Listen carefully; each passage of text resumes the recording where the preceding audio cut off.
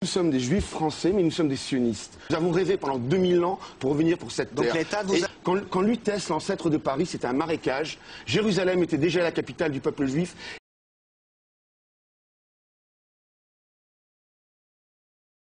Jérusalem restera la capitale du peuple juif et ce pour l'éternité. Il faut que le monde le comprenne. Ça, il n'y a rien à dire. Mais Israël est un État démocratique. C'est le seul État démocratique de la région. C'est le seul État qui permet aux Juifs et aux Arabes de vivre ensemble, y compris à l'intérieur de l'État d'Israël. Donc, le problème très important. Il y a 20% de la population israélienne avec des citoyennetés israéliennes qui sont des Arabes. D'accord? Lieberman a eu cette petite victoire qui peut-être va devenir une grande victoire à cause de cette rhétorique de M. Habib. Pourquoi? C'était clair, on vit ensemble, c'est très bien. Pourquoi Lieberman, qu'on voit maintenant sur l'écran, pourquoi il a apparu? C'est clair et simple. Israël dit, comme Habib a dit, que ce n'est pas un État de ses citoyens, comme la France est l'État des citoyens français. Pour lui, l'État d'Israël, c'est une résidence secondaire. Il n'a pas ça à Cannes, il n'a pas ça à Nice. Imaginez demain que la France, Le Pen gagne, comme Habib gagne en Israël, et il déclare l'État n'appartient pas à tous ses citoyens, il appartient aux catholiques. C'est pareil, parce qu'il dit que l'État d'Israël appartient seulement aux Juifs. Imaginez la tragédie qui va se produire demain. Lieberman fait une part en plus. Il dit, voilà. Comme l'État est l'État des Juifs et pas des Israéliens, parce que je ne souhaite pas un État binational. Je ne propose pas un État binational. Mais si vous souhaitez la destruction de l'État d'Israël... Je propose un État d'Israël des Israéliens. Et je dis clair et simple. Vous voulez dire, c'est très simple, vous voulez un État des Israéliens et pas en fonction de leur religion, tout simplement. C'est ce que j'ai bien compris.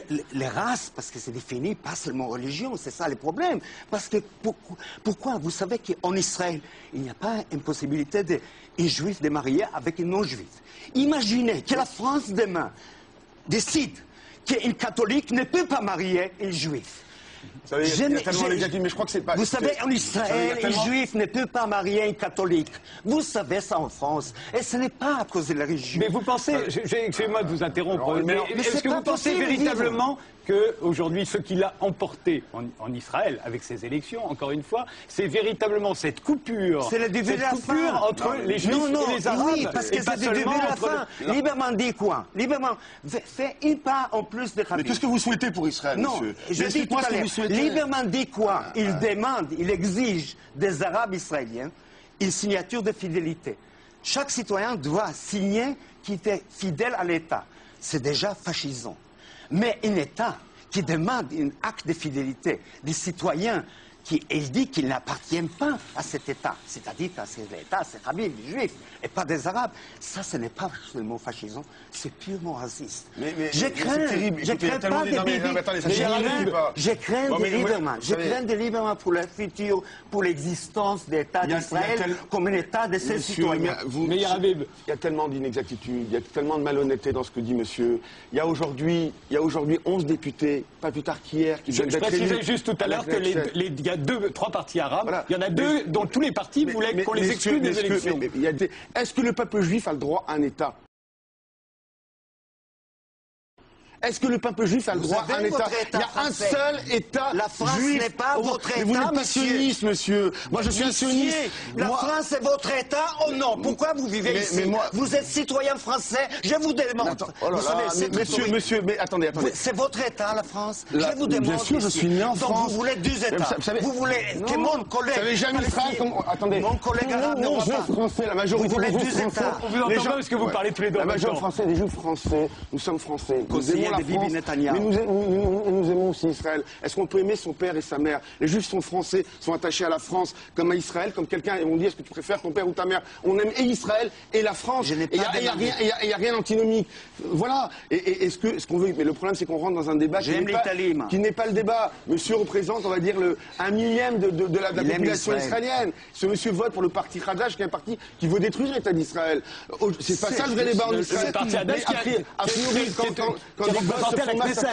J'ai mis l'Italie, je ne considère pas mon État. Franchement, la France, c'est votre État ou non? La France, c'est l'État des Français. Vous exigez, oui, et vous êtes français. Israël est mon État, des Israéliens, arabes, juifs, c'est mon État, ce n'est pas votre État. Ce n'est pas votre État, monsieur. Pour conclure, Shlomo Sand, quoi qu'il arrive aujourd'hui et en fonction des alliances qui vont être passées, y a-t-il véritablement un risque que les Arabes israéliens, qui vivent là depuis la naissance de l'État d'Israël,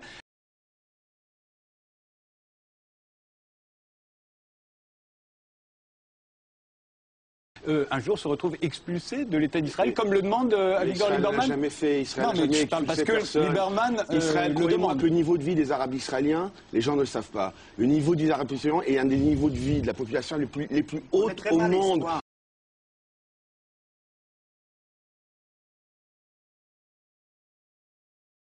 On va, pour conclure, Shlomo Sand, mais pas sur la France ni sur Paris, sur les élections israéliennes. Ma question, Israël n'est pas une résidence secondaire pour moi. Je vis là-bas. Mais ça ne vous donne pas tous les droits. Il y a 7 millions d'Israéliens qui vivent là-bas qui ne pensent pas comme vous, monsieur. Lieberman. Premièrement, Israël a expulsé des Palestiniens. Vous savez, une partie des gens... Vous pensez qu'il y a véritablement un risque que les Palestiniens qui vivent en Israël depuis la création de l'État d'Israël se retrouvent demain dehors? Je crois que Lieberman a raison. Ça veut dire quoi?